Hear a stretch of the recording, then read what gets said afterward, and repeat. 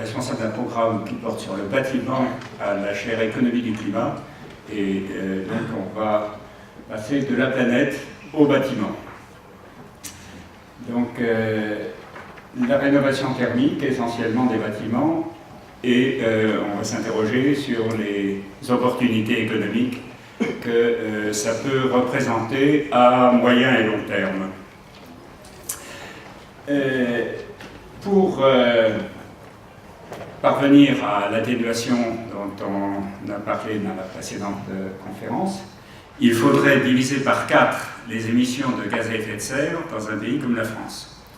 Ça a été traduit dans une loi en 2005, donc c'est la loi, et ça ne va pas être facile à réaliser.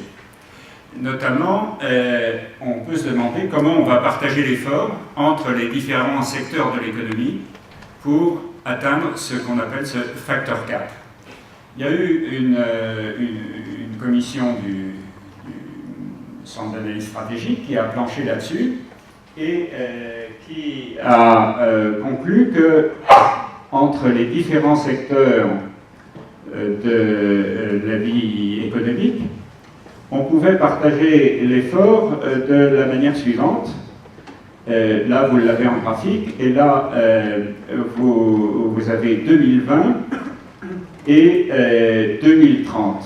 Alors, les étapes 2020 et 2030 sont importantes parce que nous avons des engagements européens qui sont de diminuer de 20% par rapport à 1990, qui est toujours la référence, diminuer de 20% nos émissions en 2020 et de 40% en 2030.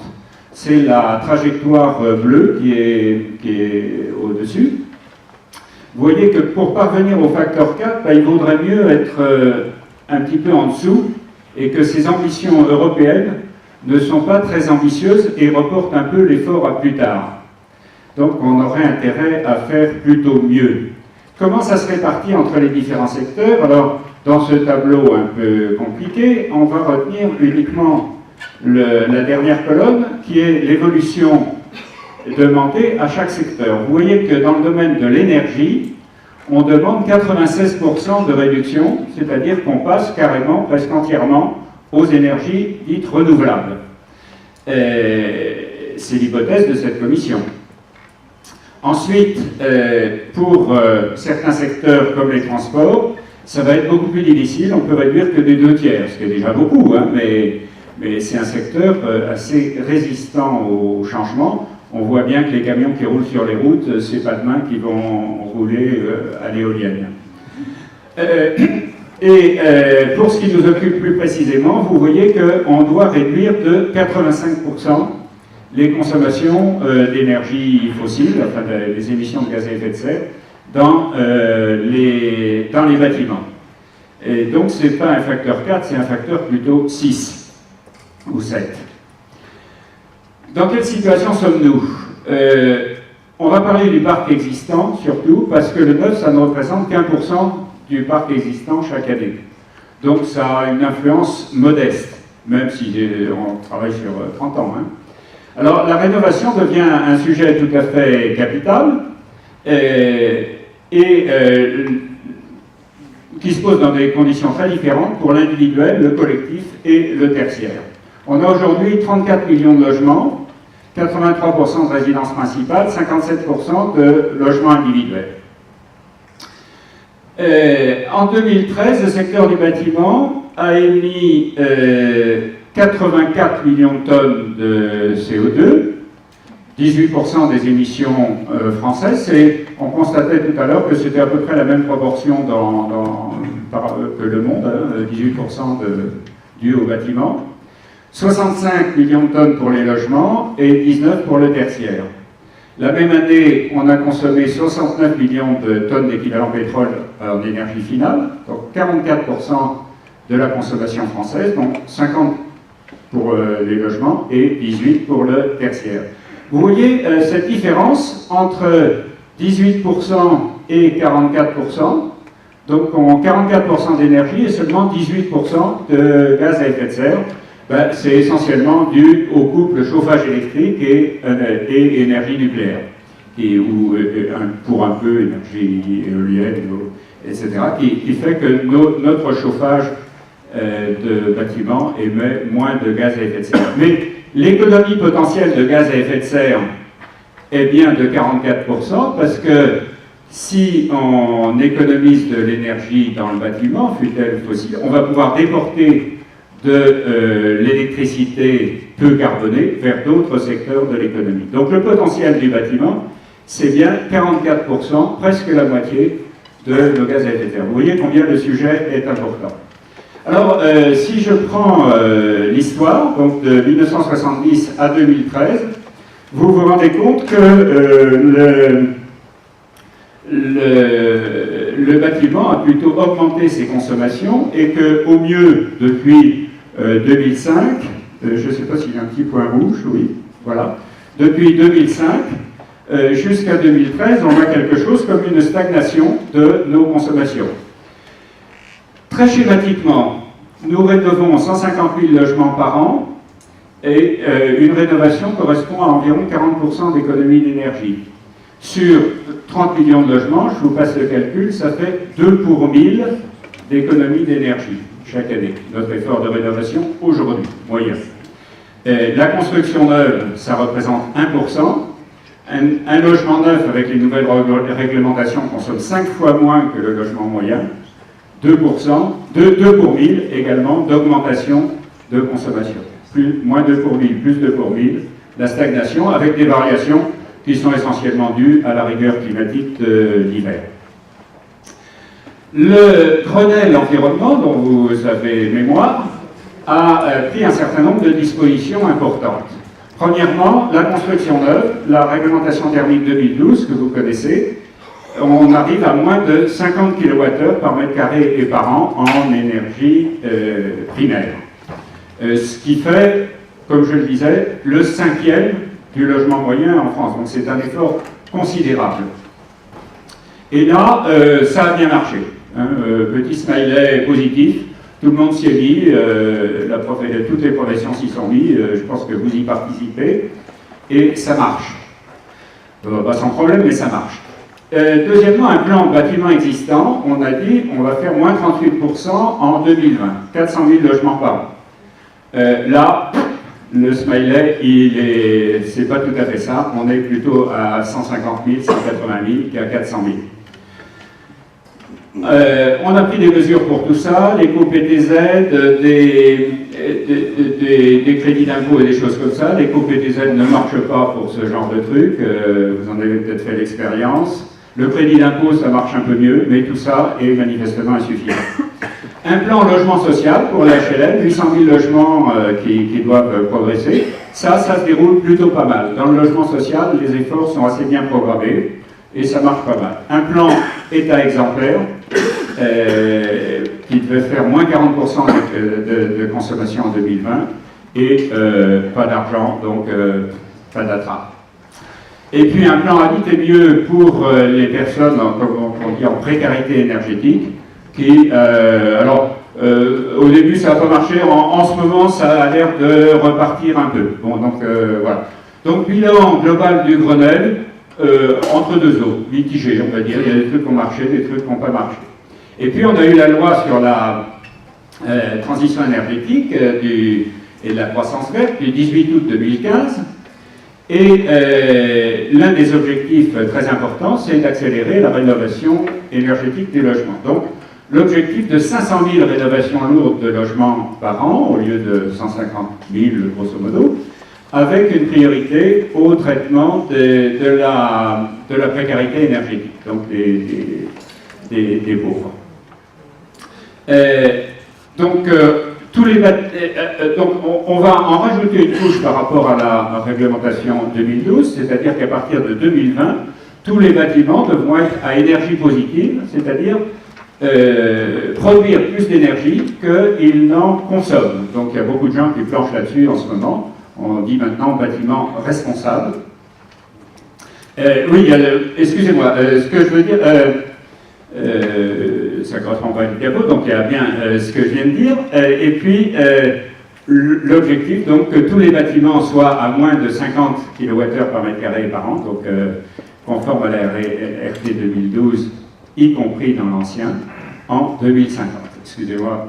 Recherche, innovation, formation, etc. Beaucoup de dispositions de ce genre-là. Et puis, lutte contre la précarité énergétique. Alors, ce qui est intéressant dans cette loi et qui est nouveau, c'est qu'on voit apparaître des obligations de rénovation. Et ça, c'est la première fois qu'on voit. On n'avait d'obligations que pour des rappellements, des machins comme ça. Et là, on voit des obligations apparaître. Obligation de rénovation avant 2025 pour tous les bâtiments privés résidentiels dont la consommation est supérieure à 330, ce qu'on appelle les passoires thermiques en termes vulgaires. Donc ça, c'est quand même une obligation assez lourde. Je ne sais pas si dans votre patrimoine vous avez des passoires thermiques, mais sachez que vous allez devoir les réhabiliter. Une obligation d'améliorer significativement la performance environnementale d'un bâtiment lors de travaux importants. Donc là, on attend des décrets d'application pour savoir exactement de quoi il s'agit. Et puis, vous voyez apparaître en filigrane une disposition qui était dans la loi votée, qui a été retoquée par le Conseil constitutionnel parce qu'elle était rédigée en termes trop vagues, mais dont tout le monde pense qu'elle va revenir en termes plus précis un jour ou l'autre, qui est l'obligation de rénovation énergétique à l'occasion des mutations. Tout le monde est d'accord qu'il va falloir le faire, et on peut s'attendre à ce que ça soit fait dans les prochaines années. Là, il y a juste un petit obstacle juridique. Alors, là, vous voyez un poster du gouvernement sur la rénovation des logements, qui montre des objectifs ambitieux de ces 500 000 logements par an. Mais manifestement, cet objectif de 500 000 logements ne sera pas atteint en 2017. Je suis convaincu qu'on va s'en approcher très près et sans doute le dépasser dans les années qui viennent, notamment grâce à ces obligations de rénovation. Donc des obligations légales. Je vous rappelle qu'on vient de mettre dans notre législation fiscale une taxe carbone qui est arrivée très discrètement, et c'est pour un impôt, c'est bien d'arriver discrètement. Elle est aujourd'hui de 16 € la tonne de CO2 cette année, elle va passer à 22 € l'année prochaine, et dans la loi, il est inscrit qu'elle sera à 50 € en 2020 et à 100 € en 2030. Ce qui est conforme.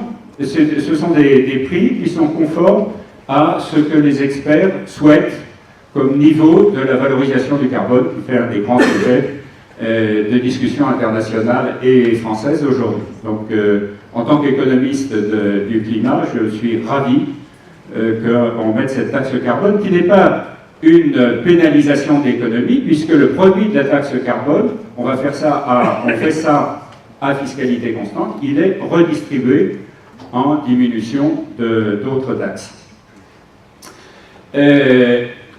L'organisation des professions, qui me paraît un point très important pour l'avenir.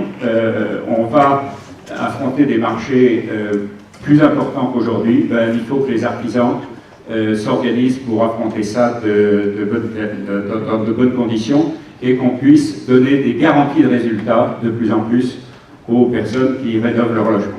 Sensibilisation générale, problème de marché foncier, innovation, etc. Je passe tous les détails. Alors, en termes graphiques, vous avez là, de 2005 à 2013, l'évolution du nombre de rénovations. Vous voyez, ça augmente un peu chaque année, mais enfin, c'est pas terrible. Alors, l'objectif du gouvernement, ce serait ça. C'est assez rare que les trends économiques suivent des trajectoires de ce genre-là. Mais je pense qu'on peut raisonnablement penser qu'on aura des trajectoires de ce genre-là. On ne peut pas rester l'arme au pied devant un problème comme ça. Et quand on va constater que, ce qui est déjà fait d'ailleurs, que les dispositions précédentes n'ont pas suffi, les gouvernements successifs vont en remettre des couches jusqu'à temps qu'on arrive à ça. Aujourd'hui, le prix de l'énergie est bas, ce qui est un handicap, mais il ne le sera pas toujours, hein. Il n'y a pas de raison. Donc, en dépit du lissage, on a un potentiel de croissance considérable qui représente pour la pour la profession, pour les professions du bâtiment, probablement un défi dans les années qui viennent. Donc aujourd'hui, la rénovation énergétique des logements, je mets 14 milliards d'euros de travaux, mais il faut savoir, et vous le savez bien, que la rénovation thermique est en général embarquée dans de la rénovation générale, c'est-à-dire qu'on ne se réveille pas un matin en disant « tiens, je vais faire la rénovation thermique de mon logement », mais on se dit plutôt « tiens, on a un gosse de plus, il va falloir agrandir le logement », et à cette occasion-là, on va profiter pour l'isoler. Donc les aides d'État sont déjà pas mal, mais enfin, ça, en proportion des travaux, c'est pas énorme. 2013, 160 000 logements, c'est ce qu'on a vu, et donc des travaux embarqués, comme je le disais. Potentiellement, vous voyez que si on passe à 500 000 logements, on passe de 14 milliards à, je ne sais pas combien, mais 30, 40, 20, 30, 40, donc on change d'échelle, on a des marchés considérables devant nous, qui, normalement, sont finançables par les économies d'énergie, si tant est que l'énergie ne reste pas au niveau très bas où il est aujourd'hui. Donc le secteur du bâtiment, c'est à peu près ça, c'est 8 fabricants, 42 milliards de chiffre d'affaires, 12 000 bureaux d'études, 30 000 architectes, 385 000 entreprises, et c'est ce secteur qui va devoir s'organiser pour affronter tout ça.